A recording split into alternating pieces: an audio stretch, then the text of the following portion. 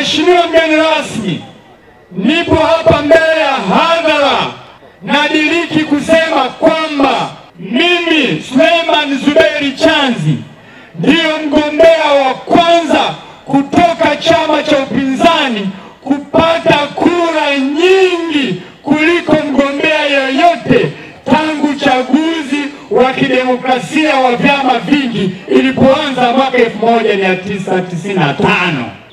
Niligombea jimbo la Morogoro Kusini. Mheshimiwa mgeni rasmi, leo tarehe 5 mwezi wa 5 2025, nikiwa na akili zangu timamu, kwa hiari yangu, bila kutishwa, bila kurubuniwa, narejea kwa baba na mama, Chama cha Mapinduzi. Mheshimiwa mgeni rasmi, nataka nizungumzie pointi moja tu ya no reforms, no election. Nimehamia kwenye Chama cha Mapinduzi kwa sababu napinga sera na agenda ya no reforms, no election. Kwa nini naipinga? Na sababu za msingi. Ya kwanza, wana CCM na wasiokuwa wana CCM mfahamu kwamba no reforms, no election ni uasi. Ni uasi kwa sababu katiba ya Jamhuri ya Muungano wa Tanzania imeelekeza kila baada ya miaka 5 uchaguzi ufanyike. Hivyo uchaguzi ni takwa la kisheria. Kuzuia uchaguzi tafsiri yake ni uasi. Na mchakato ulioko mbele yetu ni kuwapata madiwani na wabunge.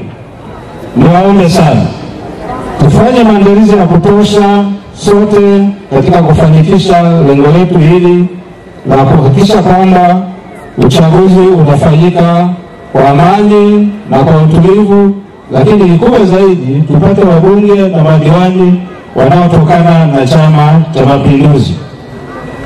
Nini tukifanye? Kwanza tuhakikisha kwamba tumeboresha taarifa zetu katika daftari la kudumu la wapiga kura, kwa sababu usipojiandikisha, usipoboresha taarifa zako, maana yake ni kwamba utakosa haki ya kugombea au kupiga kura katika uchaguzi unaofuata. Na muda ukifika, basi tujitokeze tushiriki katika uchaguzi, aidha kwa kuchaguliwa au kwa kuchagua. Ndugu zangu, mwaka huu tutakuwa na uchaguzi mkuu Oktoba mwaka huu. Uchaguzi mkuu ni takwa la kikatiba. Yaani katiba yetu inatamka kwamba tutakuwa na madiwani watakaa kwa miaka 5. Tutakuwa na wawakilishi na wabunge watakaa miaka 5. Tutakuwa na rais atakaa miaka 5. Kwa hiyo uchaguzi mkuu sio takwa la CCM, ni takwa la kikatiba. Kwa hiyo mimi kama msemaji wa chama nataka niwahakikishie CCM tuko tayari kwa uchaguzi. Hatuwezi kuvunja au kukiuka katiba ya Jamhuri ya Muungano wa Tanzania.